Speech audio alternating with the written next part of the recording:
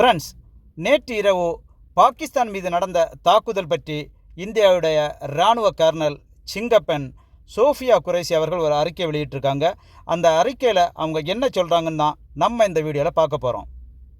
प्रभात देवियों और सज्जनों, நான் கர்னல் சோஃபியா குரேஷி, என்னோட விங் கமாண்டர் வியோமிகா சிங் இருக்காங்க.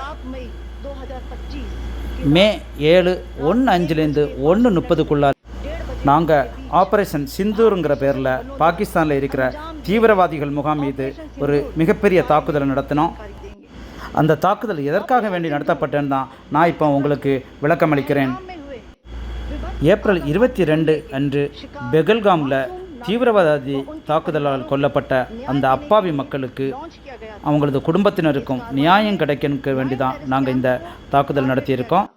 இந்த தாக்குதல் 9 இடங்களில் மிகவும் துல்லியமாக நாங்கள் டார்கெட் பண்ணி மிகவும் வெற்றிகரமாக நாங்கள் அட்டாக் பண்ணோம்.